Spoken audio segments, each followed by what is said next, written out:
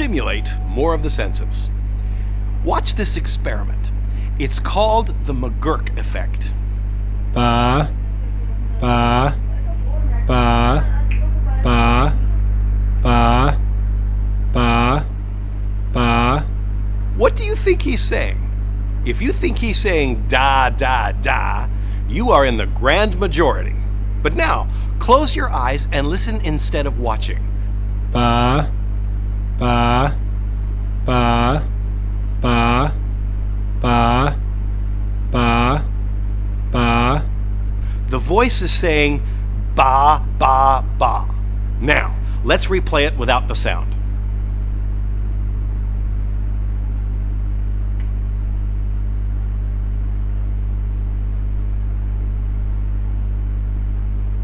Yes, it's true. His lips are saying ga, ga, ga.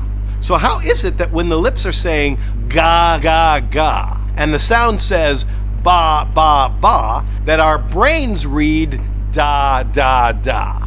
The Mcgurk Effect. It's an example of an auditory illusion. It's a great way to show that the accurate perception of information can involve the participation of more than one sensory system, in this case, vision with sound. We call it multimodal perception. The Mcgurk Effect. It's a terrific example of the fact that the senses did not evolve in isolation from each other, but actually work together to help us perceive our world. When multiple senses are stimulated simultaneously, the brain begins to experience an information-rich learning experience and laps it up like ice cream. It encodes more information per unit time, and it remembers that information better too. For instance, smell is unusually effective at evoking memory, especially emotional memory. If you're tested on the details of a movie while the smell of popcorn is wafted into the air, you'll remember 10 to 50% more. The perfect business example involves Starbucks.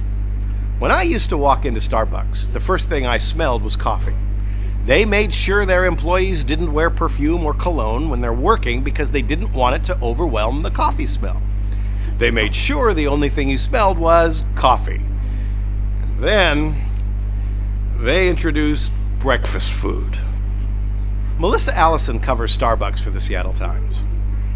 In the past couple of years, Starbucks has started selling breakfast sandwiches in its stores, but it took many years for them to get to the point of actually rolling it out across their stores because they couldn't find the right oven for it. The ovens they were using were putting off too much breakfast sandwich smell, and they were afraid that was overwhelming the smell of the coffee.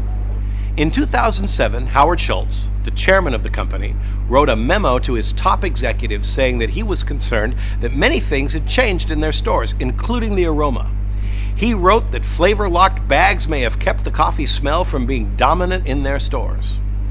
It was such a big deal that there were huge headlines. Advertising Age even had one that said Starbucks smells the death of its brand experience.